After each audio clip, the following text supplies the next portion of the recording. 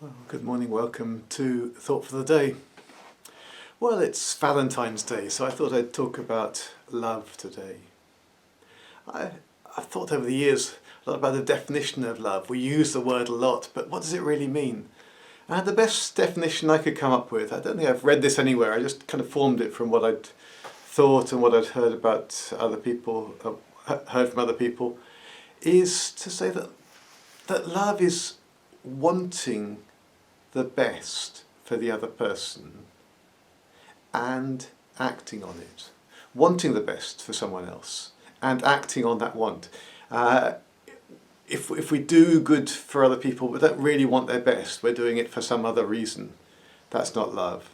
But if we just want the best for someone else and don't act on it, then that's not love. We may feel it, but it's not love. Love, I think, involves both emotions and actions. So that's the definition I've kind of run with over the years, and I think it's served me quite well. I think I'm an expert in it, but I think it helps to evaluate our actions, our feelings towards other people. And the Bible tells us that perfect love drives out fear. In some ways, fear is the opposite of love, isn't it? Fear leads to self-protection, abusing people. If we're frightened, then there's no love. We just kind of separate ourselves off from people. There's also a kind of fake, counterfeit love, isn't there? The selfish affection, where we're attracted to someone and we treat them well because of how they make us feel, or we do good things to them because that makes us feel good. That's not love. That's selfish. That's a counterfeit. That's a false thing. But the thing about love is that true love is always costly, because true love means bearing someone else's burdens. Someone else has a need, and you step in and say, I want to be there with you. I want to carry some of that burden that you're carrying.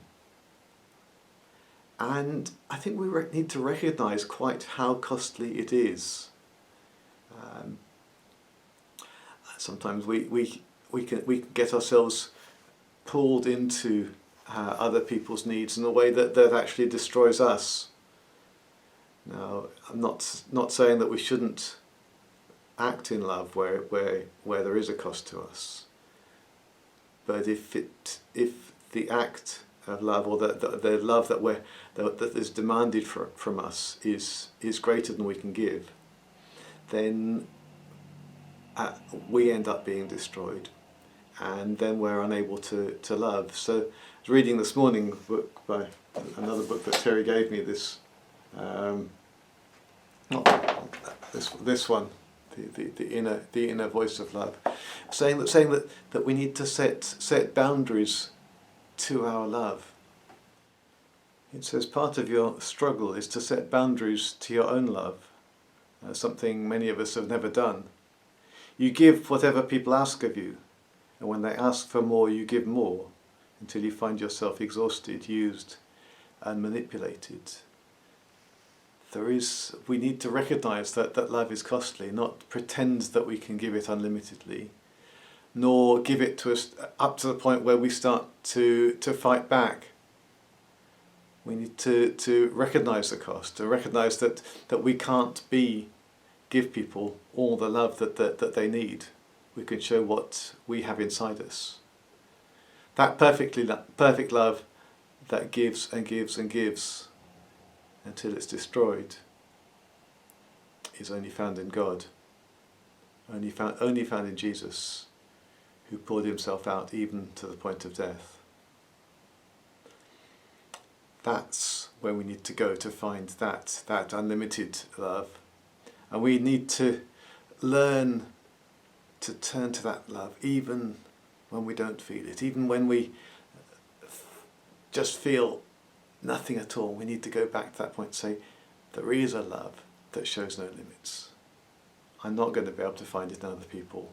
They all have their limits.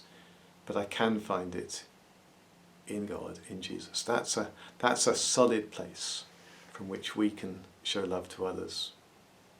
So may you today, on this Valentine's Day, know the love of others, certainly, but know at a deeper level that solid place of the love of God that shows no limits, that went to the cross for you. And as you receive that love, you will be given the resources to show it and pour it out to others. God bless. Talk to you again soon.